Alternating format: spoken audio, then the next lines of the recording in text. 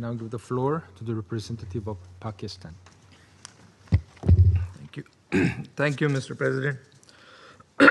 We thank Special Envoy Geir Pedersen and Undersecretary General Tom Fletcher for their detailed complimentary briefings.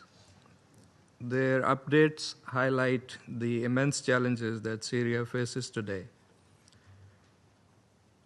We also thank Ms. Shubarji for her statement, and we welcome the presence of the new permanent representative of Syria in the Council today, and also welcome the participation of Iran, Turkey, and Iraq in this meeting. Mr. President, Syria has endured more than a decade of devastating conflict and immense human suffering. Its people have borne the brunt of destruction, displacement, and hardship on an unimaginable scale. Mr. Pedersen rightly pointed to the massive legacy of conflict and civil strife, the imperative of economic and political stability driven by genuine inclusion and dialogue. And he also referred to external intervention by Israel, terming it unacceptable and that it must stop.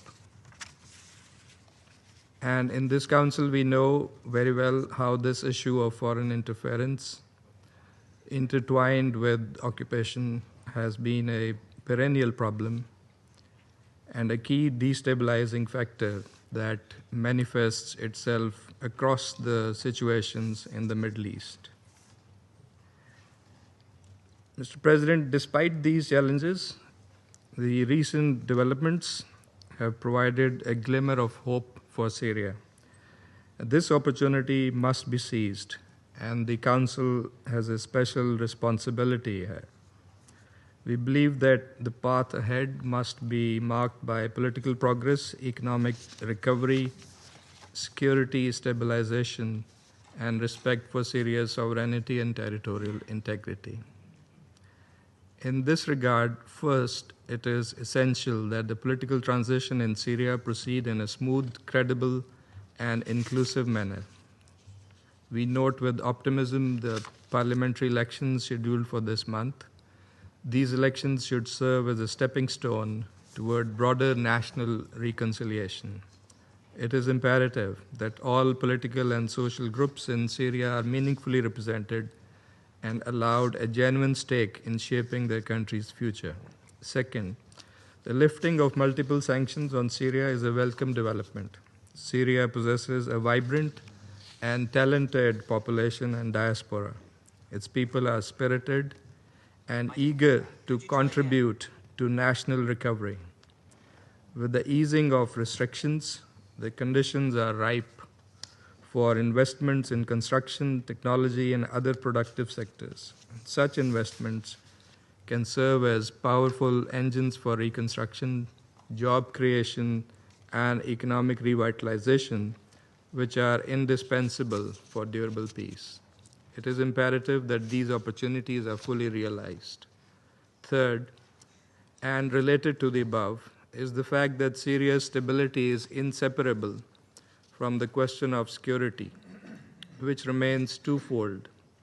On the one hand, the security situation in areas such as Huwaida, the western coast, and the northeast remains fragile and demands a healing touch and action-oriented approach. We welcome the efforts by Syria, Jordan, and the United States aimed at stabilizing Huwaida and the south of Syria. On the other hand, the persistent threat posed by terrorist groups continues to endanger not only Syria but the wider region. The presence of foreign terrorist fighters underscores the urgency of this challenge. These concerns must be addressed comprehensively through both political and security measures, including the implementation of the disarmament, demobilization, and reintegration reforms. Fourth, all forms of external aggression against Syria must cease, and the occupation of Syrian territory post 8 December 2024 must be reversed. The occupation of the Syrian Golan must also end in full compliance with international law and Security Council resolutions. The 1974 disengagement agreement should be strictly adhered to, and any new security arrangements must have the consent of the concerned parties and the endorsement of the Security Council. President, Syria's road to lasting peace and stability requires sustained international solidarity, unwavering respect for its sovereignty and territorial integrity, and tangible support to address its humanitarian and economic challenges.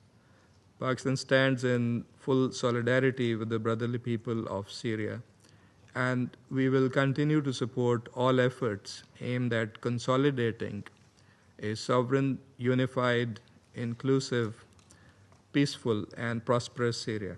I thank you. I thank the representative of Pakistan for the statement.